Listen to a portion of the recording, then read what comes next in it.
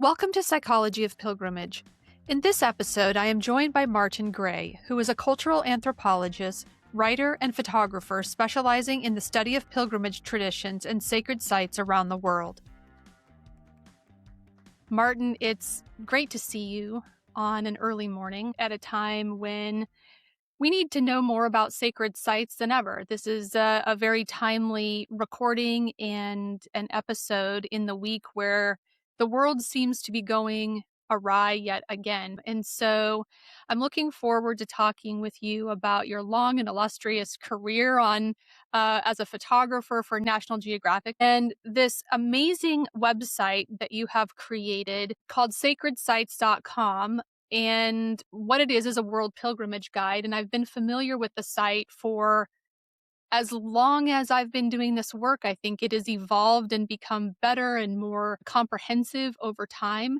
And so let's get straight into it. I want to hear all about you and what sort of led you to this moment in time. All about me would take a long, long time. But how did I start this? My parents were diplomats. And so when I was 12 years old, I was lucky enough to be living in India for 4 years. And my parents were not interested in pilgrimage at all. They knew nothing about it. I knew nothing about it. My mother was interested in traveling. So she took me a few times on journeys to northern India and Nepal. And I had begun to do some photography myself, and I felt very interested in some of these temples. I didn't know about pilgrimage or sacred sites at that point. So I took some photographs, and I remember one time I was at a Buddhist Hindu shrine in Kathmandu, Nepal called Swayambhunath Stupa. And one day I was there, or one day and evening I was there, and I had this notion, this idea that one day I would like to make a photographic atlas of temples. I didn't yet know about pilgrimage, temples in India and Nepal. And then I spent those 3-4 years in India. Then I came back to the United States, went to school there, started the University of Arizona to study archaeology, left after a while, became involved with an Indian guru for 10 years, then went back to India. And now I've gone back to India 16 times and have traveled in 171 countries, visiting, studying, photographing, and experiencing about 2,500 pilgrimage sites in, as I said, 171 countries. And on many of these subjects, I can go into significant detail.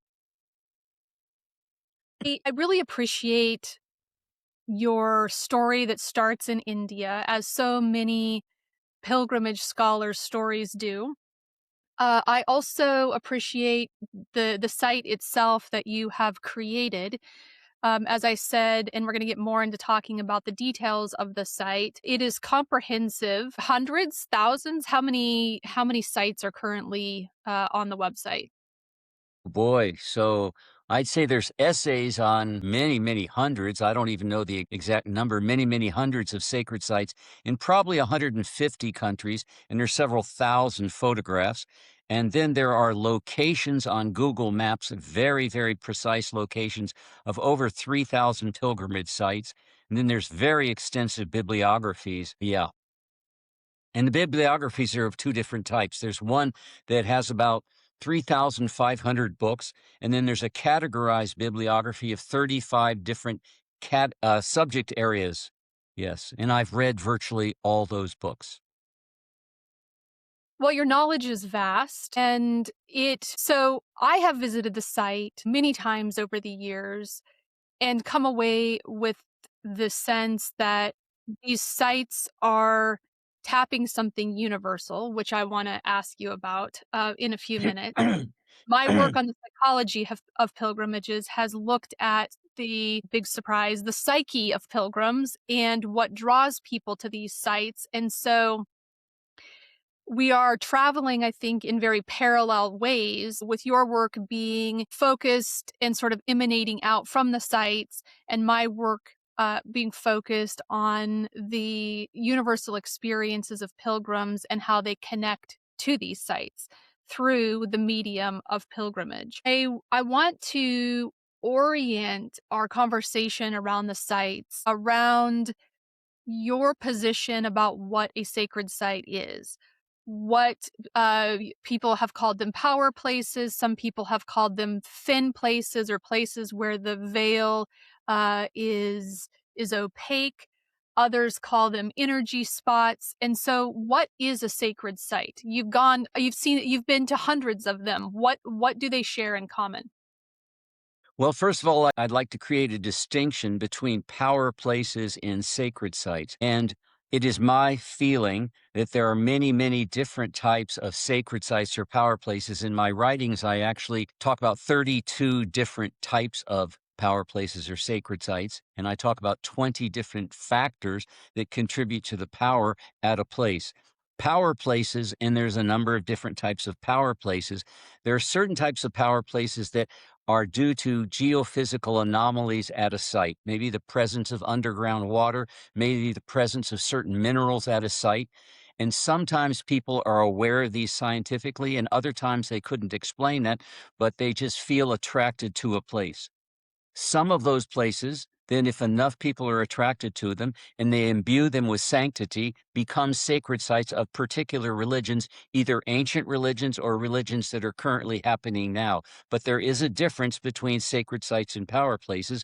For example, if you look at a lot of Sufi shrines, and there can be Sufis of Shia or Sunni, but Sufi shrines, a lot of times, not always, a lot of times, were a place where a particular Sufi sage, a lot of times earlier, was a teacher who had been there, and then the sage dies, and then people continue to come to the place. And so essentially in the beginning, there was no power at the site. It was just where the sage had lived. But then if enough people come to a site, it is my belief that a place is charged by energy. And if somebody said that's impossible, I'd go, well, consider the analogy of photographic film. Photographic film is a very small piece of earth, and you expose it through light for a thousandth of a second, and it remembers the site. Or you get magnetic tape in a tape recorder and you speak into it and it remembers what you could say, what you're saying. Both of those are small pieces of earth. So if you have a larger piece of earth and millions upon millions of people come to that site over hundreds or thousands of years, it's my contention that the site somehow remembers that. And so then it has power being generated at the place. That's at least my belief. Is it that also so the site remembers this, but is there something around our collective consciousness as humans that also remembers it? Yes, and a lot of times I say that there are sort of three types of pilgrims that go to sacred sites now. There's traditional. The Buddhists go to Buddhists, the Hindus to Hindu, the Christians to Christians. Then there are people who are going on tours to sites. If somebody goes to England, maybe they're taken by the tour group to Stonehenge. If they go to Peru, they go to Machu Picchu. If they go to Cambodia, they go to Angkor Wat. If they go to Egypt, they go to the pyramids. And so these are people that are not specifically interested in pilgrimage, they're interested in monumental architecture. And then there are people like us, people who are not necessarily going for religious reasons, and they're not only going to see monumental architecture, but there's a sort of spiritual magnetism to these places that draws people to them, and they can't really explain why it is. I think I can explain why it is, but a lot of people are beginning to go for those reasons, and that is why I oftentimes talk about a Gaian age of pilgrimage. I believe there is something occurring now, that there are people that are going to these sites for other than traditional reasons, other than cultural reasons, other than tourism reasons. And yet, I feel that if you study pilgrimage, a lot of times people in America, for example, America does not have an operating pilgrimage tradition. So sometimes when I talk to Americans, they're not cognizant of the subject. But if you talk to somebody from France or India or China or Japan, it's embedded in their culture. And so many people, they don't even really know why they go to sites. They're going again because the momentum of tradition, the momentum of their culture. It seems also that from my conversations with pilgrims of all types, there is a particularly those pilgrims who may be disengaged from an organized religion and are still drawn to pilgrimage sites. It seems that people still have this quest for connection with something greater than themselves and a quest to connect deeply within themselves. And so I think it actually gets at the heart of why religions were. Uh, I don't know about creative, but why they sort of evolved over time is that there is a deeply human need to answer existential questions and to connect in some way with an energy, a power, a God beyond ourselves. Yes, I believe that. And I was writing something yesterday that there's an elemental difference between the religious institutions and the inspiration of the individuals. And there's a lot of people that go to pilgrimage shrines who distrust the religious institutions, but they're drawn to the sites. This became really cognizant to me, clear to me, one time when I was at Mecca and I was seeing people. Normally when you go to Islamic sacred sites, there's a method, there's a way that people carry out the prayer sequence. But then when I was at Mecca, I was noticing that this wasn't happening. People were praying really, really strongly. Maybe some of them would do the prayer sequence, maybe some of them would recite the surahs, but there was something else going on.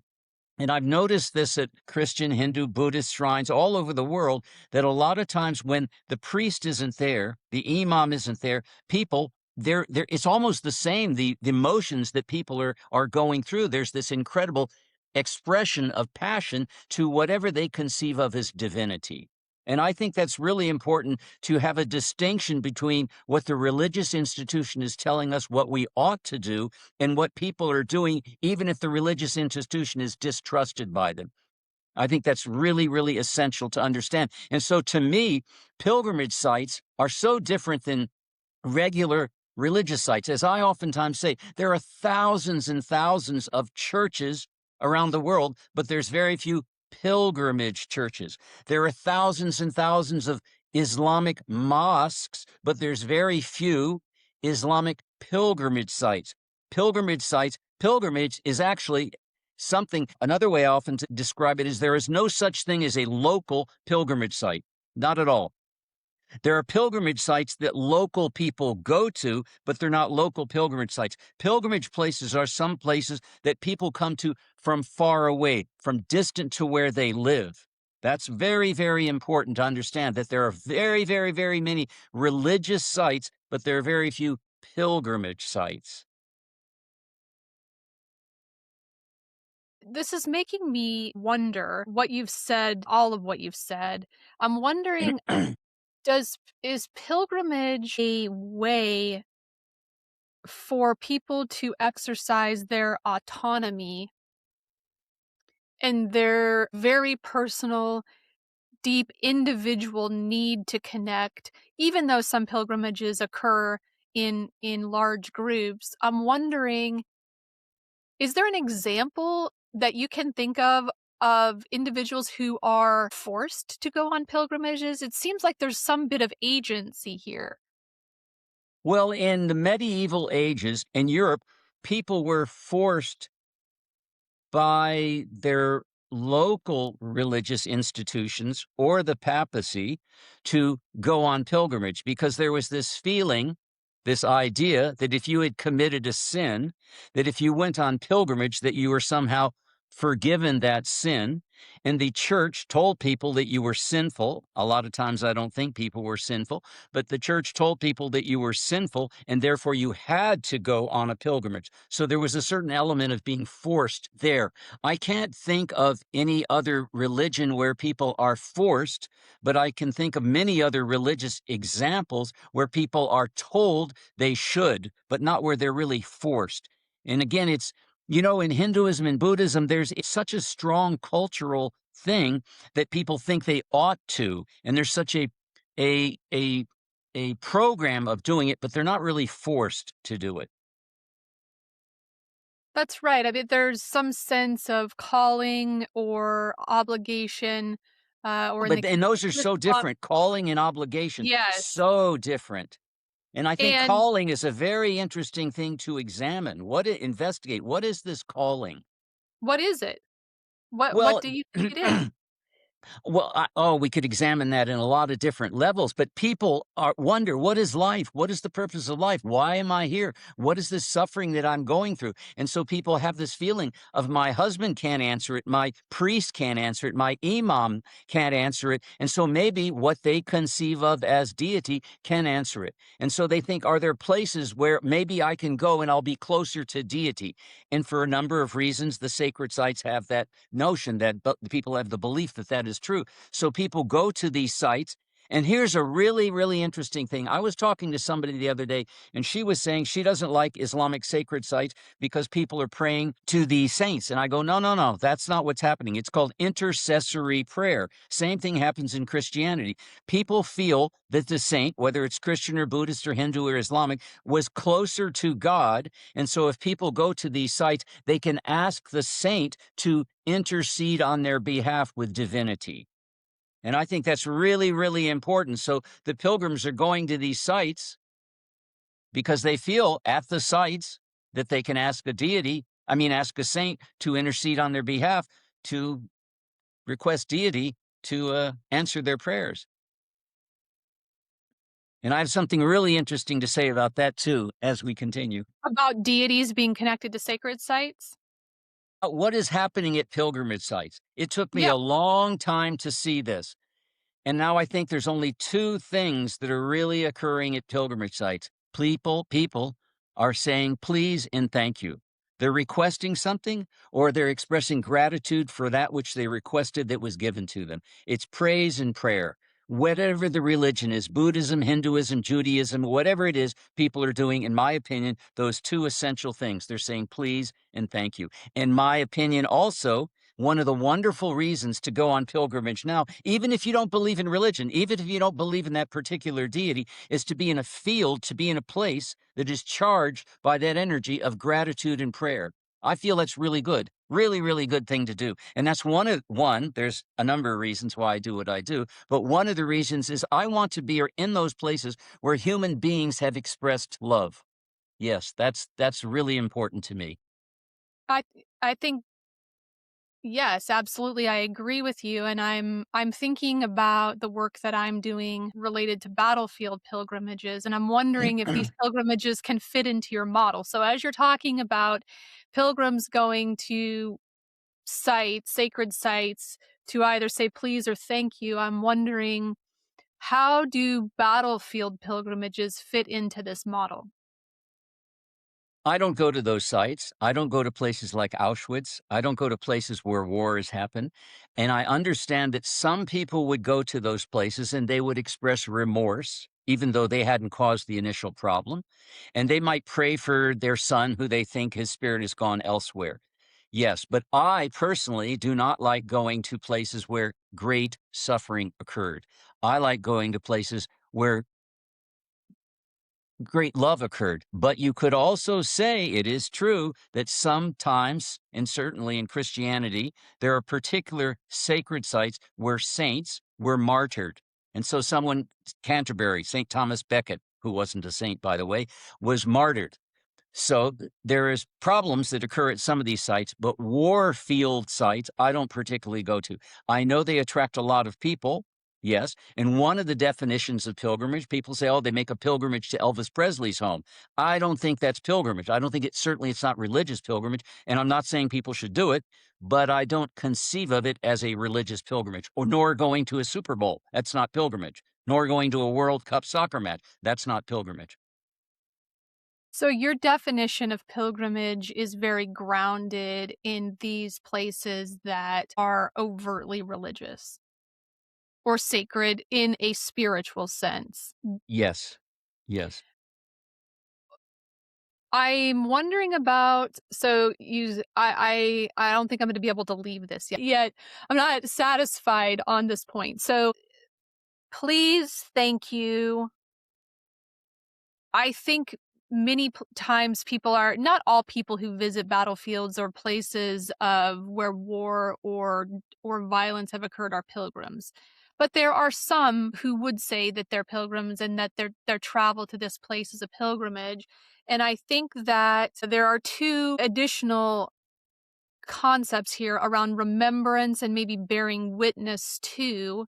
And I wonder if that is related to please and thank you. Is there another piece here that is important around being in a place and bearing witness to whatever it could be, bearing witness to a saint's action or devotion, or bearing witness to others who have been there, where a pilgrim comes and leaves an artifact. It's bearing witness to something, almost bearing witness to a miracle. So I do think that it is not a far stretch for me to think, especially around the thank you part of what you've said, that this bearing witness piece could be an important sort of parallel reason.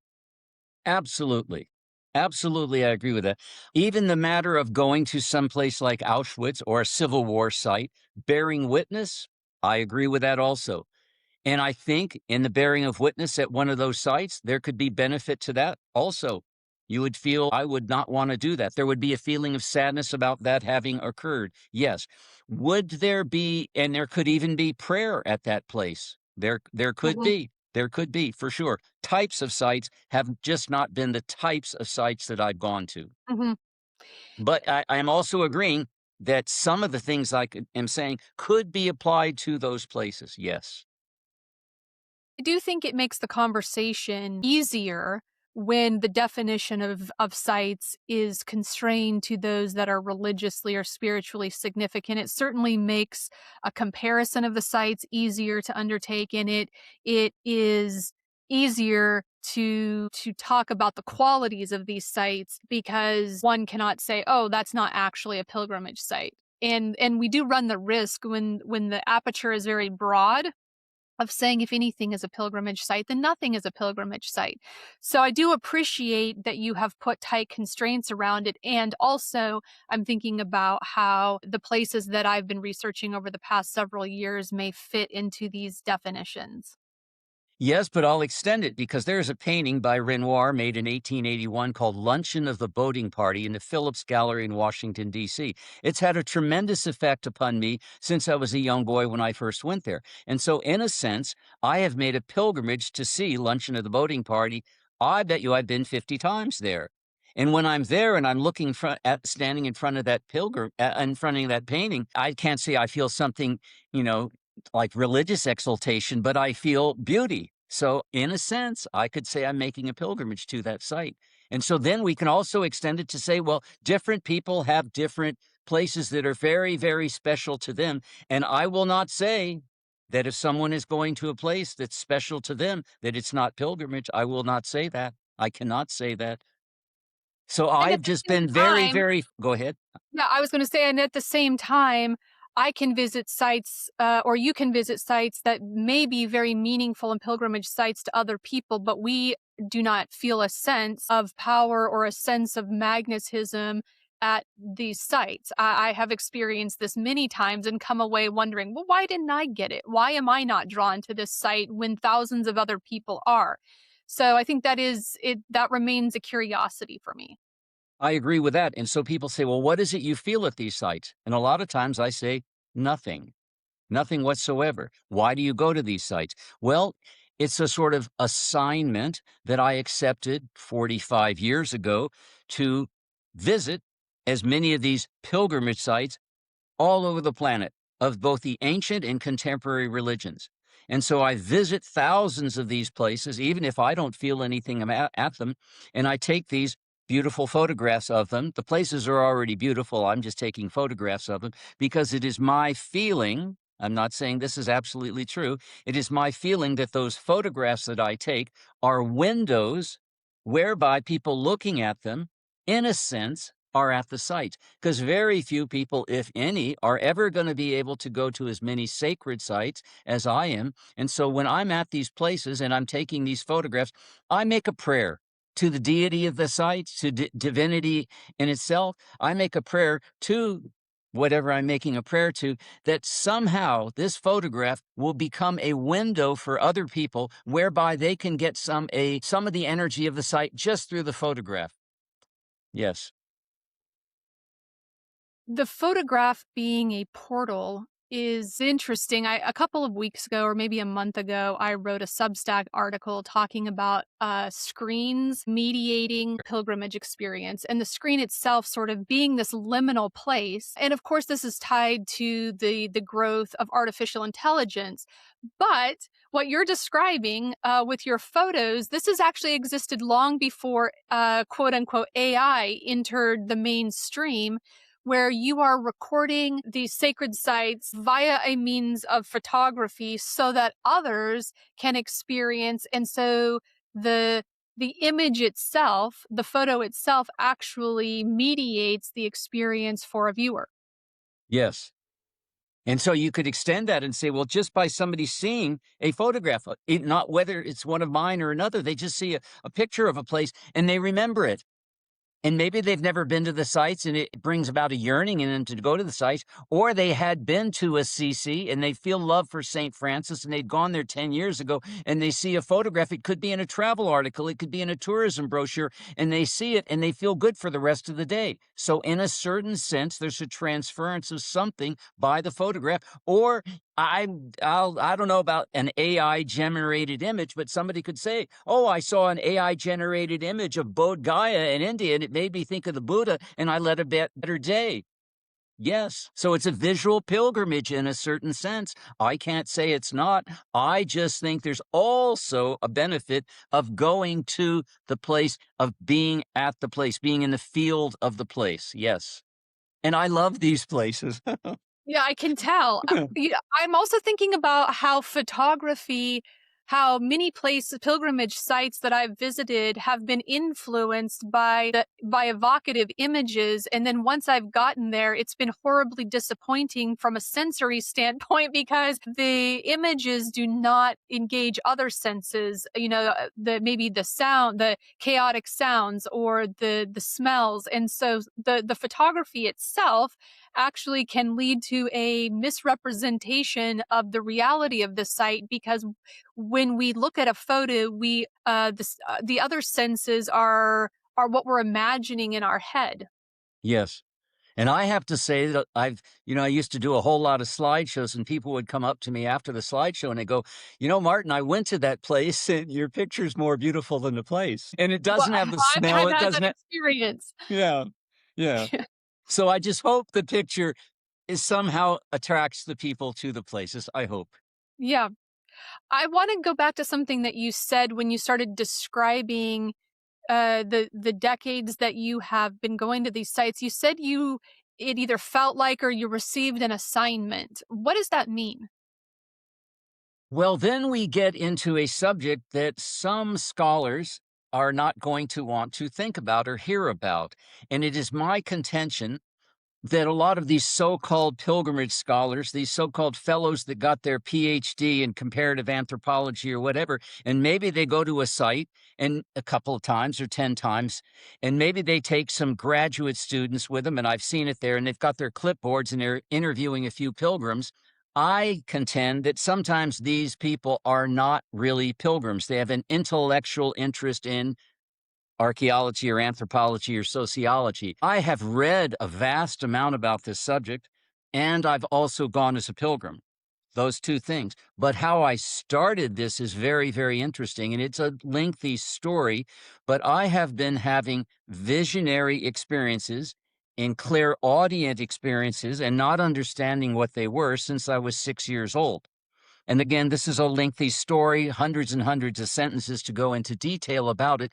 But in 1982 and 1984, I had a series of visual experiences, visionary experiences that suggested I go to some of these sites. And the first one, I saw this picture. How can I say it? How can I say it otherwise? In my head, that showed me the stone heads on Easter Island, and I heard this voice, and it said, "Go here, and you will begin to find the answers to your prayers." So I went to Easter Island in Machu Picchu, and I had two more of these visionary experiences. And in them, I was shown a 5-story wooden pagoda. Didn't say it was in Japan. I didn't know where it was, but I heard some words that said, "Follow the pilgrimage routes of the ancient religions." At that point, I owned some travel companies in Miami, Florida, and I was enjoying them, but I was much more attracted to starting to travel. And so I went to Japan. And then I found this particular pilgrimage shrine, and then I spent 6 months in Japan visiting a lot of them. And near the end of my experience in my time in Japan, and during that time in Japan, I had some more of these visionary experiences. And near the end of that time, I had this beautiful visionary experience at the primary Shinto shrine called Izumo Taisha, in which I was shown in my head. I was sitting in meditation, but I saw the earth, and there were these points of light on the earth, and I was given to understand that these points of light were these power places around the planet. And it was given to me to understand. It was suggested that I visit these places all over the planet. And so I did. And now, 45 years later, I'm nearly finished. Yeah.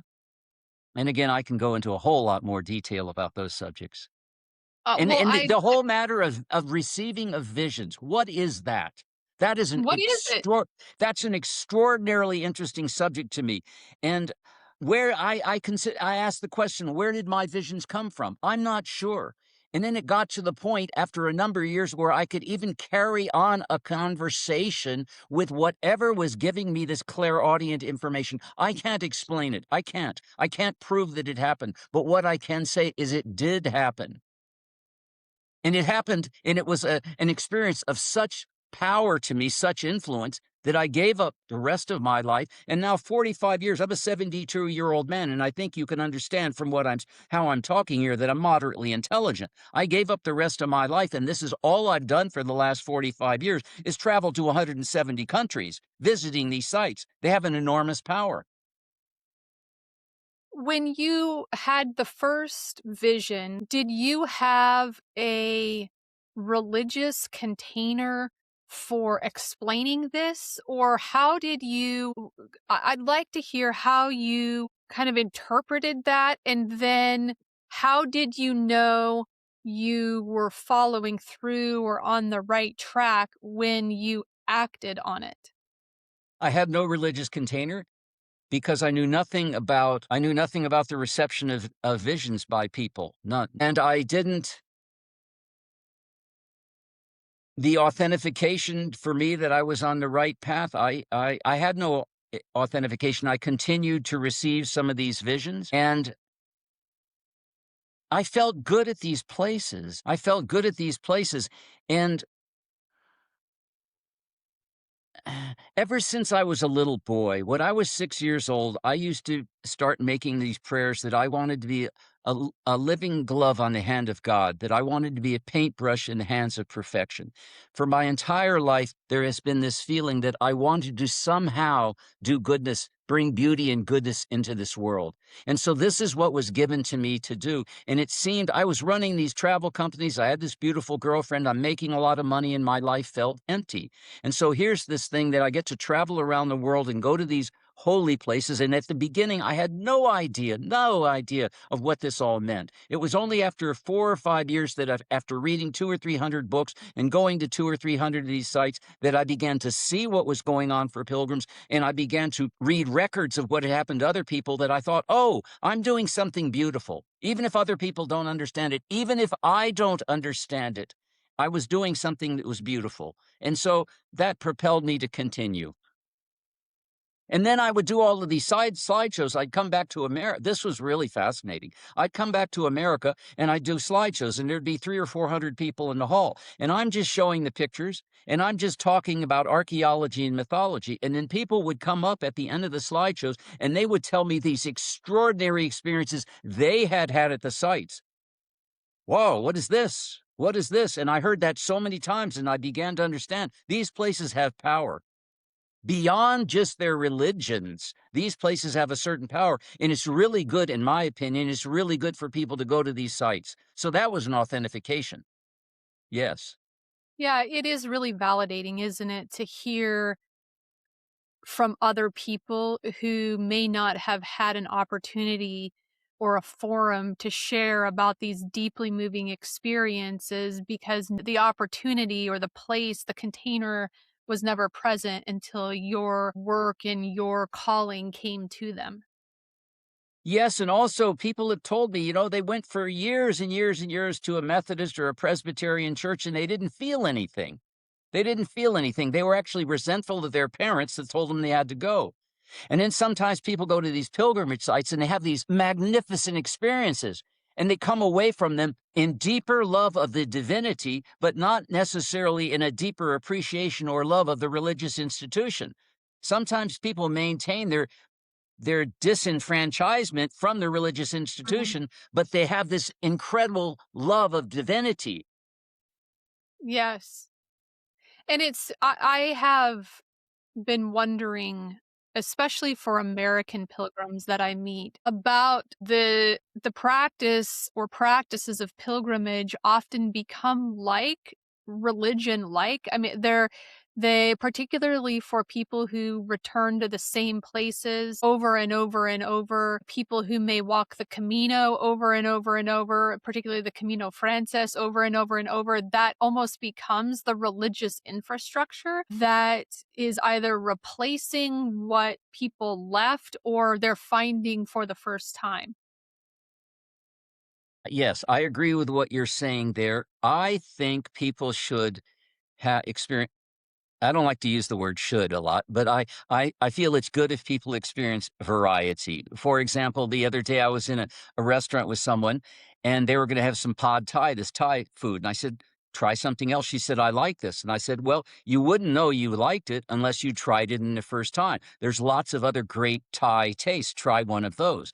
And the same thing with pilgrimage. Yes, I've done the Camino twice. I think it's a good idea to do some other pilgrimage routes, do some other pilgrimage places, and even more important, do some pilgrimage sites of religions outside of the religion you were brought up with. If you're brought up as a Presbyterian, go to a Hindu site, go to a Buddhist site, and you're going to see and feel something that is very, very similar to what you see and feel at your particular site. And it's an interesting thing, and you know this, there are very few pilgrimage sites, Catholic pilgrimage sites in the United States. Very, very few. Lots of There is churches. yeah, there is a movement, I think, particularly in the Western United States, to formalize pilgrimage routes, particularly with the missions in California. I don't know what that will look like, but I do think that there are groups of people who are trying to do that. Yes, okay, but then I would say, and I've been to a number of those missions, a lot of those I don't think are power places. No, just because a site is visited by a lot of people for a historical reason, if it wasn't a pilgrimage site 200 or 300 years ago, is it really a pilgrimage site now? Is it really? Or is it just a place that is getting momentum of a lot of people going to it for a historical reason? Well, I don't know. in 300 years, people may say it's a power place. Absolutely. So you've been to pilgrimage sites all over the world. Uh, is there a continent that seems to have more pilgrimage sites, than another? Continent, definitely Asia, and country, definitely India. Okay, tell me about why you think that. What's going on in India? Well, I would say mostly in India, though there are some megalithic sites, but they're very limited in India. Mostly in India, they're religious sites, and a lot of them, I would say it's the accumulated power due to the visitation by many, many, many people. And there are in India, because of the nature of Hinduism and somewhat of Buddhism, there are many, many sites that are associated with deities. And Christianity would say, oh, there's no such thing as a deity. And in Hinduism, well, there's lots and lots of deities, and there's lots and lots of saints. So there are a lot of places that are associated with deities and associated with saints a lot. It's a big continent, a big country, and things have been happening there for a long time. So you have a whole lot of pilgrimage sites in India, I guess about 400 of which I've been to. So India has the most. Then the area that would have the most next would be Christian Europe, for Mhm. sure. Yeah, and I've been to 500 of those, I guess, and Marian shrines are something that's very, Yeah. very dear, very, very dear to me, Marian shrines. Why is that? What is it about the Marian shrines that you are drawn to? Well, I am particularly I like the image of Mary rather than the image of a bloody guy on a cross. It's more inspiring to pilgrims. You will find the Marian shrines in Europe attract far, far more pilgrims than the Christic shrines. Far more, yes. And the goddess sites generally around the world attract far more pilgrims than the so-called masculine deity sites. And I could go into a lot of detail about that. I would like to hear some of that detail. The mother, she's nurturing. The father is oftentimes disciplined, strong, harsh. Yeah. And if you yeah, yeah, yeah. I I'm particularly interested in your thoughts about this mother archetype. It's something that I've been bumping into or perhaps imposing onto. I like to think I'm bumping into it with at battlefields where the earth itself becomes the womb, and the mother archetype I think is quite prevalent, especially at World War I battle sites. And so I'm wondering about the importance of this great mother. Yes, as described by Jung, but also others, that this is not something that Jung picked up out of nowhere. And so what are your thoughts about that? What are your thoughts around pilgrims being drawn to sites that are mother or maternal focused? Well, I can't speak about, military World War I, World War II sites. I can't speak about that at all. But the mother gives birth and nurtures. Yeah, the mother gives birth and nurtures. And my best memories of my early life are the mother, not the father. Mm. Mhm. And sometimes the father would feel my mother wasn't enough of a disciplinarian, but when I needed assistance, when I needed help, when I needed love, I went to the mother. And I think a lot of people also do that.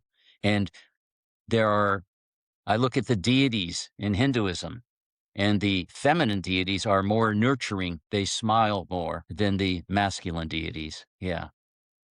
And life is difficult for people. Life is very, very difficult for people. And so I understand why people go to the feminine rather than the masculine. Yeah. And my opinion, I know history, global history very, very well. Who starts the wars? Who starts the wars? Almost always the men. Yep. The women don't start the wars. And women, They participate in the use of the spoils of the wars for sure, but the men are the yes, ones that fight. and they deal with the fallout from the wars. Uh-huh. I think Uh-huh. is one point.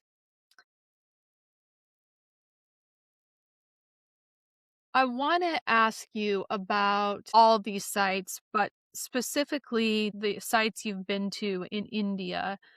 What are some of the characteristics that these sites have in common? What are you either you sense there, or what do you hear devotees or pilgrims say, and what are some observations that link these sites together? Well, again, a lot of people go to sites because of the momentum of religious tradition. And so you have Vishnu sites and you have Shiva sites, you have tantric sites, and people are brought up in a certain tradition, and so they keep following that tradition. And even the practices that people have at the sites, I watch what people do at the sites, and they're doing what the priests tell them to do. They're doing what all the other pilgrims are doing. A lot of times, after the people have gone through the darshan lines, and then they have some time alone by themselves in the shrines, they will go and they will sit someplace, and then they're making their own prayers to the deities. They're not making a prayer, they're not doing a religious observance in the way they're told they should do, but it's an individual expression. Then I feel this is very, very important. And you can pretty much, I don't want to say only, but you can most see this in Hinduism. And I was interested for a long, long time. Why are there so many different deities, both masculine and feminine deities? And why do these deities have different characteristics? What's going on here? And I thought about this, read a lot about this, and it is my feeling, I'm not saying I'm right, it is my feeling that there are masculine and feminine, or what we might say yin and yang, sites at the planet. And it's also the truth in acupuncture. On the body, there are these acupuncture meridians, and there are all these points along them, and they have feminine and masculine, or yin and yang, or positive and negative energies. And I feel the same is true at the sacred sites. But the sacred sites have other energies, have other qualities or characteristics to those energies. And it is my feeling, if a whole lot of people over hundreds or thousands of years go to a site and they experience something and they come back to their village and they try to talk about what they experienced, that over hundreds or thousands of years, there will be, shall we say, certain things said about a site that gives rise to a particular type of deity. And if you look at these different types of deities, and it's really, really interesting. If you look at, let's say, Shiva shrines, there's 5 different types of Shiva shrines in India, and at each 5 different types, and at all these different types of Shiva shrines, Shiva was supposed to have done something particular, something different at these sites. And so my question is, did Shiva, with all these multiple arms, for which there is no paleontological evidence of, did Shiva come to these sites and do these various things, or are these things, are these powers or these qualities at the sites that give rise to different legends and myths about the site? Are the legends and myths a metaphoric indication of how the site might affect a human being? And in this sense, Hinduism is the richest. In Christianity, we have Jesus, we have Mary, and then we have a number of apostles, and we have some saints. A lot of the saints weren't very saintly, actually, but we don't have as rich an assortment of deity types that are indicative of the particular qualities of power that may be available at a site. So you've just proposed a rather, I think, profound theological argument here, which is that the deities themselves evolve through myths and stories that are find their origin at the site. I think so. Yes. I think it's an argument that needs to be investigated more. Yes. And I think I'm in an ideal position to investigate it because I didn't come from a particular religious tradition. Oh, Christianity is the only one, everything else is infidels. No, no, no. I went with a very, very open mind, and I noticed things. And I don't think a person can make comments on this. One can make a comment on it for sure, but is it informed by experience? So here Mhm. you're talking to a person that has been to over 2,500 pilgrimage sites in 170 countries, and I think the vantage point from which I speak has merit. And if someone hasn't been to as many sites as I have, they can say whatever they wish to say, but I think what I'm saying needs to be considered based on the enormous, enormous experience that I've had at these places and the vast amount of literature I've read on them. Yeah. What does it mean then? What does it mean if our views and experiences of deity are shaped by the sites?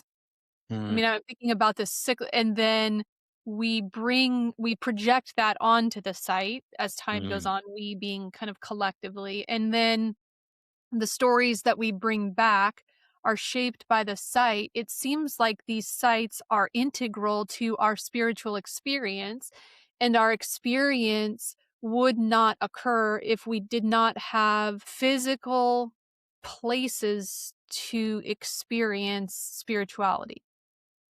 I feel all of that is true. I also think it's very important to look at the study of acupuncture or the existence of acupuncture meridians on the body.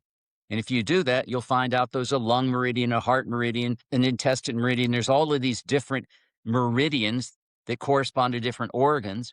And then along each one of these meridians, there's specific points, each of which has a different energy.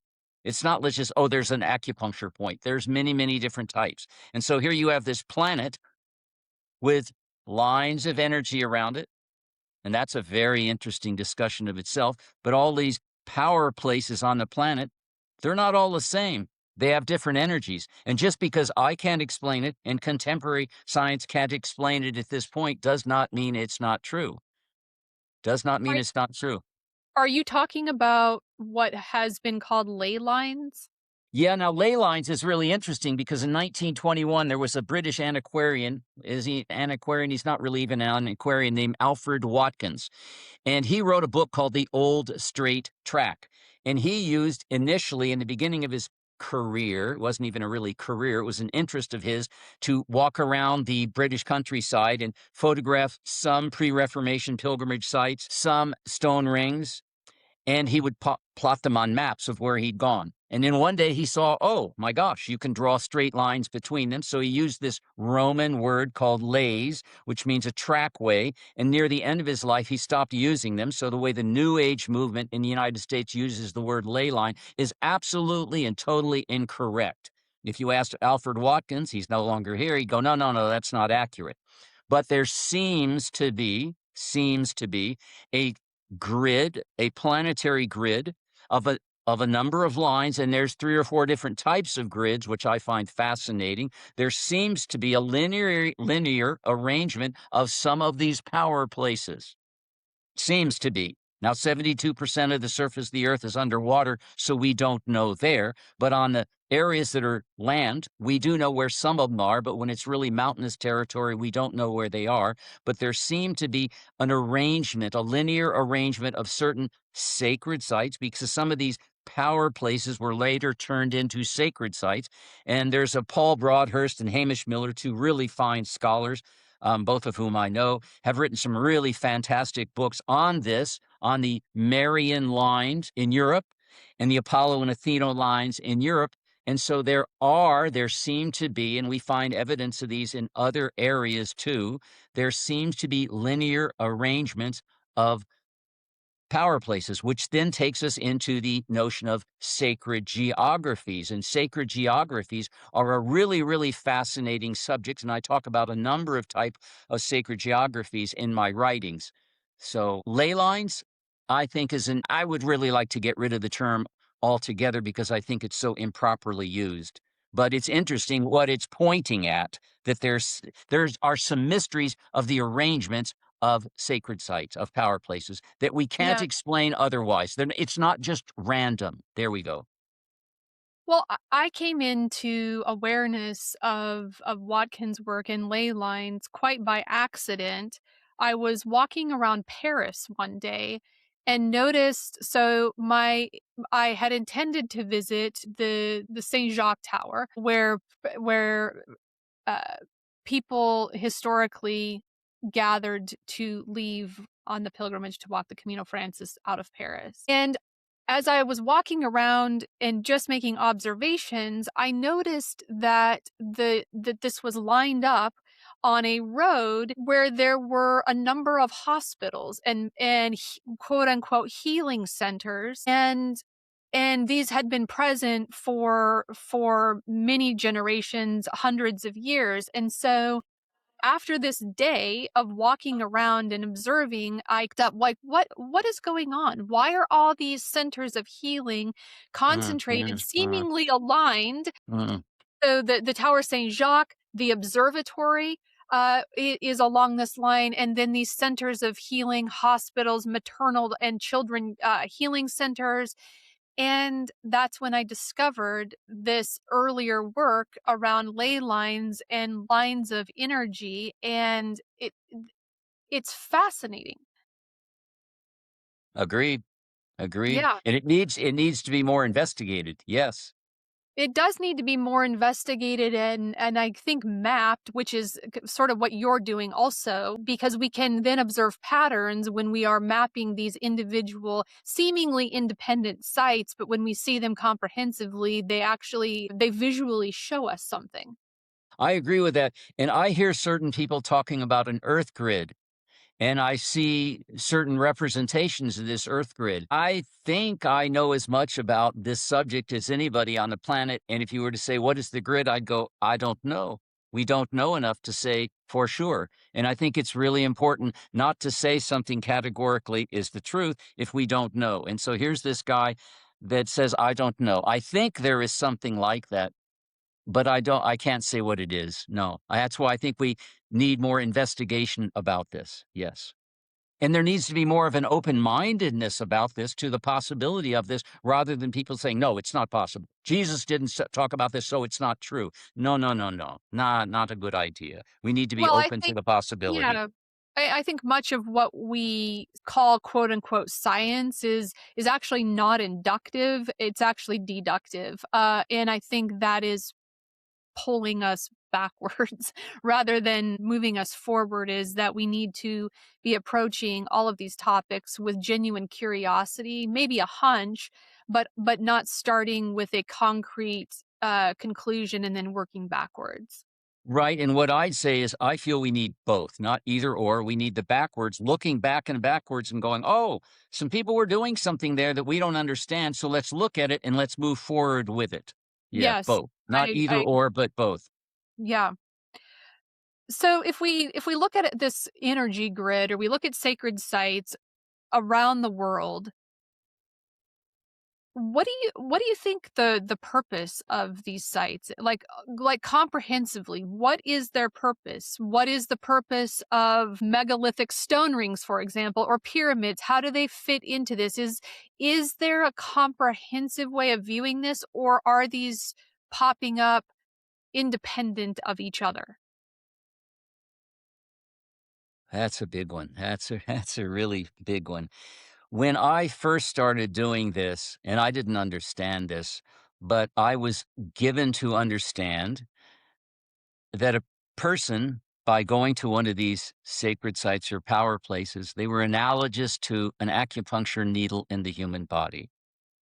That a human being at one of these sites somehow, I still can't even explain this, somehow, because we could talk about the earth as a living being, and there's these various points on the planet that are analogous to planetary acupuncture points. So a human being at these sites somehow benefited the energy of the planet. But the energy goes both ways.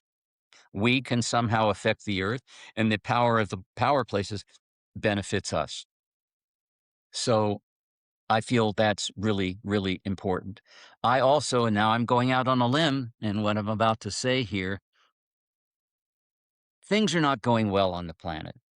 People are not good at governing themselves. If you study, as I've studied so much, the history of the world, it's basically almost always about war. And we call ourselves Homo sapiens, which means in Latin, wise beings.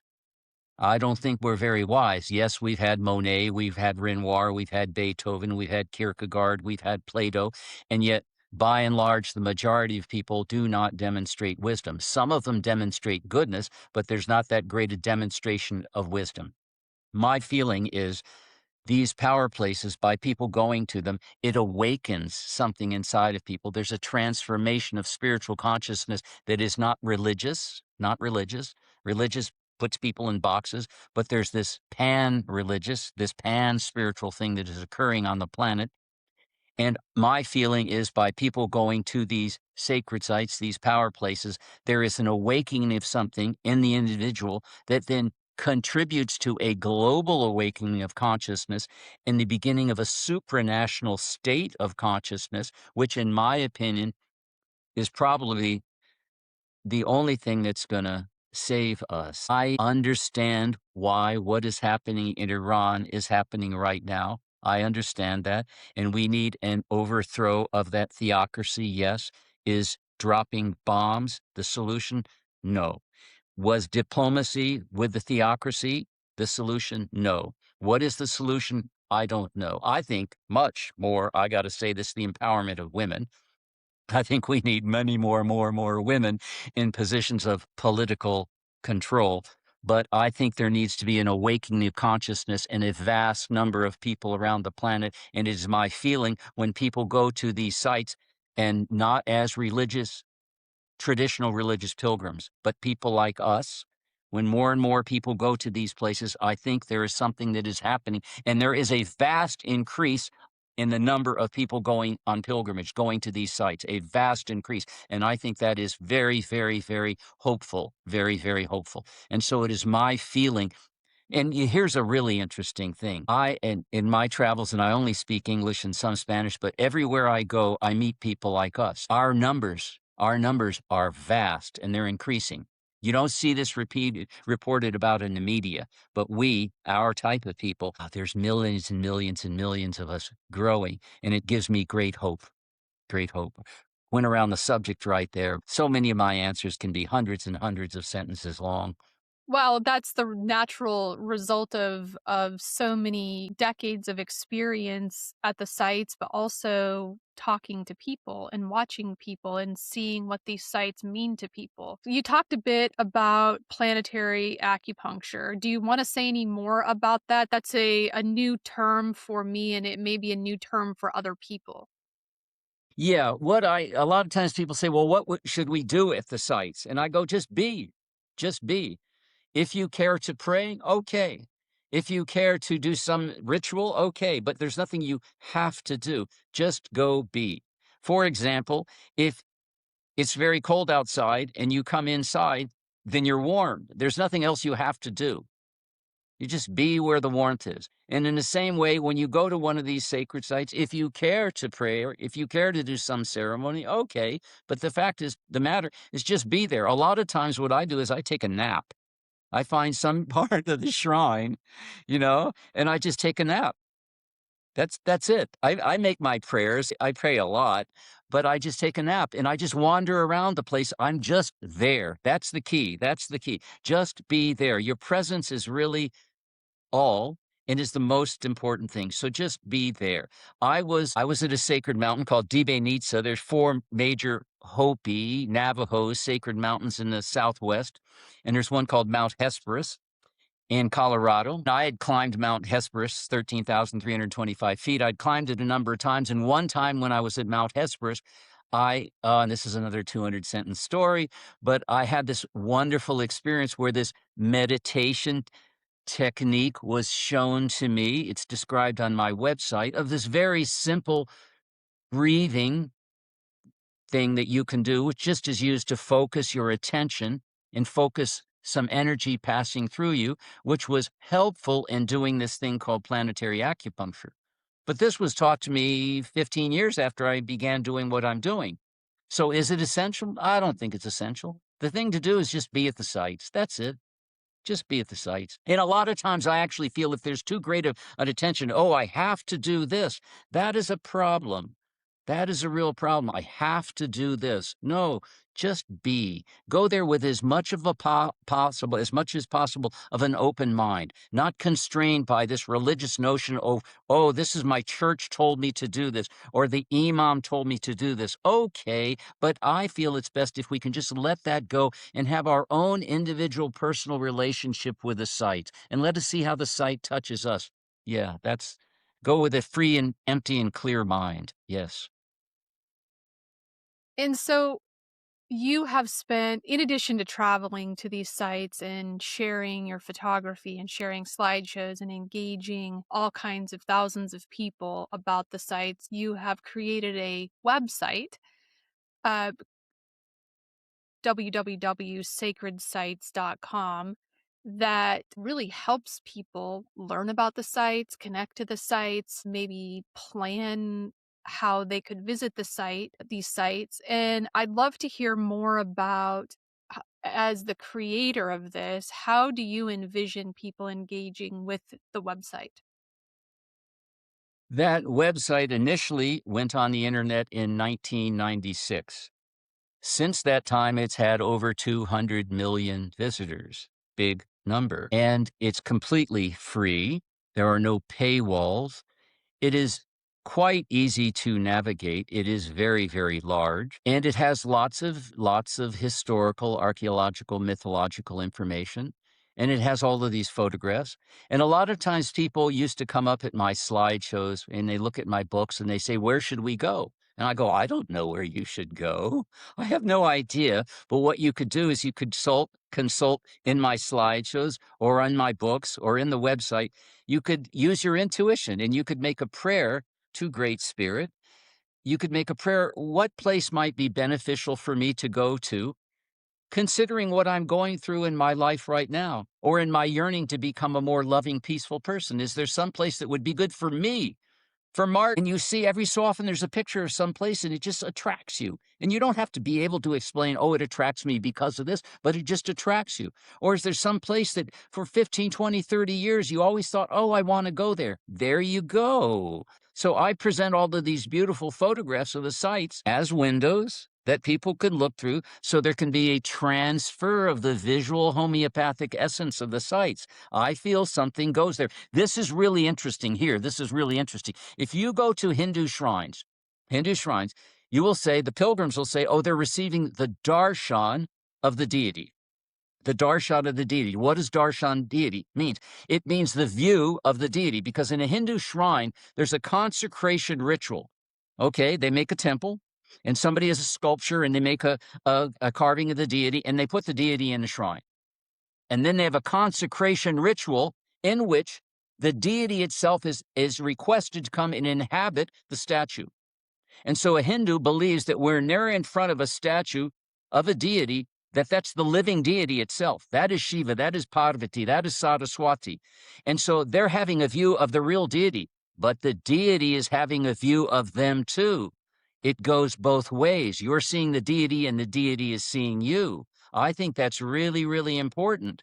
And so in a certain sense, I feel my photographs do the same thing. People are looking at the photograph and something of the place is speaking to them, is pulling on them. The spiritual magnetism of them, of that site, is reaching out and touching them through the photograph.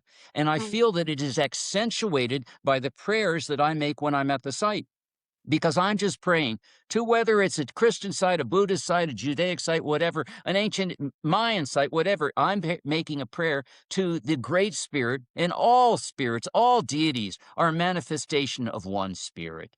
I oftentimes say, oh, if God was looking down and Jesus was looking down, he'd go, oh, what are you guys doing? You've got your Presbyterians and your Methodists and your Lutherans. You guys are all confused. You've all got it wrong. I said one thing when I was here. And if God was looking down itself, is it a himself? I don't agree with that.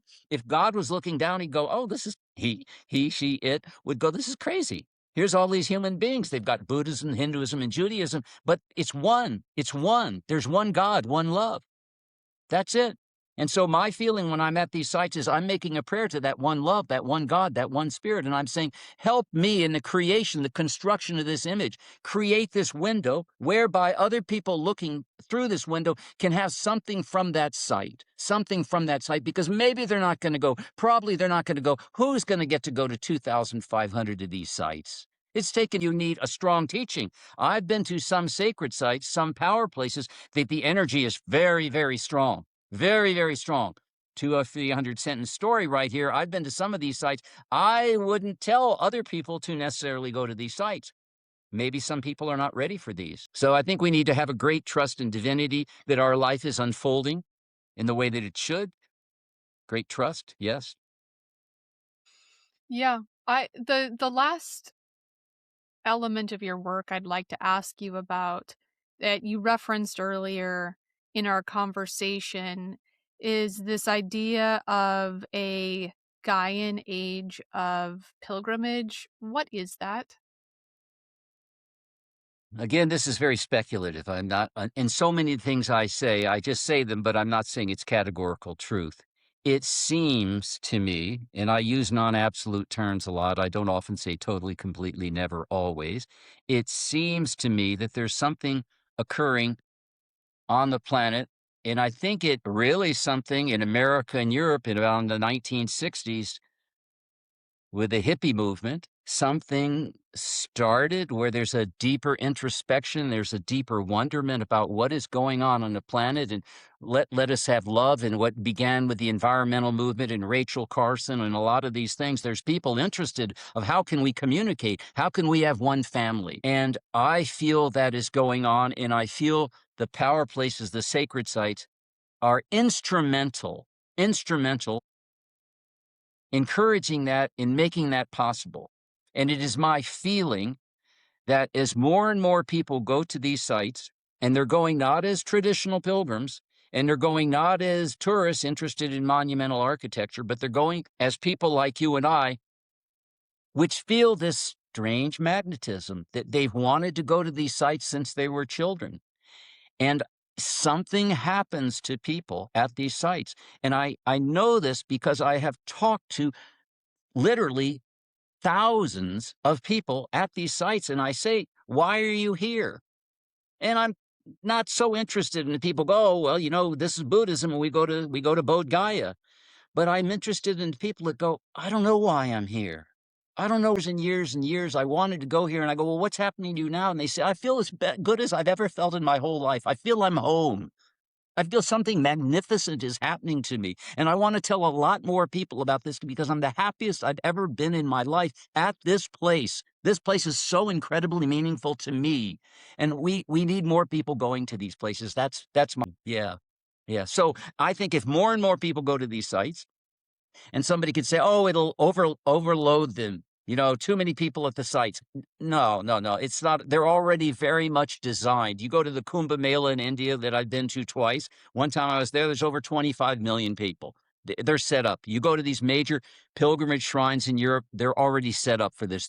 People have been thousands and thousands, hundreds of thousands of people have been coming to these. They've got a really good infrastructure of support, so it's not going to overwhelm the site. So my feeling is go. Just go. Mm. And then somebody could say, oh, well, what about the carbon? What about all the carbon, people in the air? And I think about that. And I say, well, I hope there's a net gain. Yes, I know if there's an increase in tourism, there's more people flying in airplanes and more carbon output. I get that. But I think there's a net gain because there's a transformation of the human spirit at these sites. Yes, that's what I hope. Yeah. To end our time together today, I'm wondering if I can pin you down to share the most or one of the most profound experiences you have had at one of these sites that you've spent so many years writing about.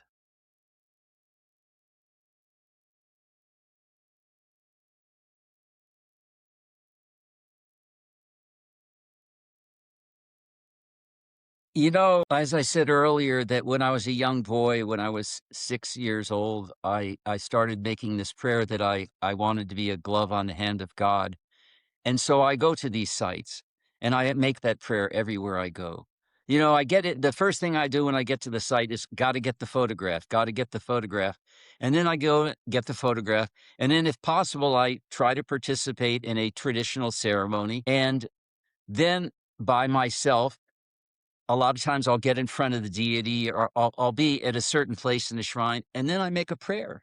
I make a prayer and I say, "Oh, great spirit, oh Lord, oh God, please, please let me serve. Let me do my part in being a conduit for goodness and beauty on this planet.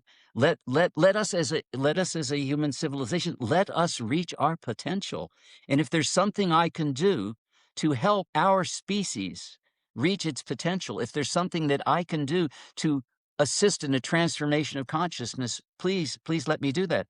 And then year after year, decade after decade, this is what I've done. I'm a 72-year-old man. 45 years I've been doing this, and I'm going to continue doing this. I'm just about, because I got that website finally finished, and I just got this new app. Cost me $40,000 to make this app. I'm going to spend $100,000 this year and $100,000 next year advertising in magazines all over the world, offering and introducing and promoting these things, which are completely free to the viewer, to assist in whatever way I can do for the transformation of consciousness on this planet and for the awakening of love on this planet. That's Mm. what I want. That's what I want. It's great, it's great if people study archaeology. And as I often say, there's these conferences that I speak at, and they're talking about the angle of the pyramid and whether it's oriented to this star or that star. And I go, oh, that's intellectual curiosity. It's an intellectual curiosity. It doesn't really matter what the angle of the pyramid is. The thing that's important is for you to go and to make a prayer, for you to go and be in the power of place. That's what's important to me. Mm. Well, Thank you so much for bringing your work and your efforts and your calling and your assignment into my orbit. It's been in my orbit for a while, but we've now had the opportunity to meet in person across the screen, and I'm really grateful for the opportunity and really appreciate your time today. Thank you, thank you, thank you. And thank you to Rana Singh, dear friend Yes. Rana Singh, who put us in touch.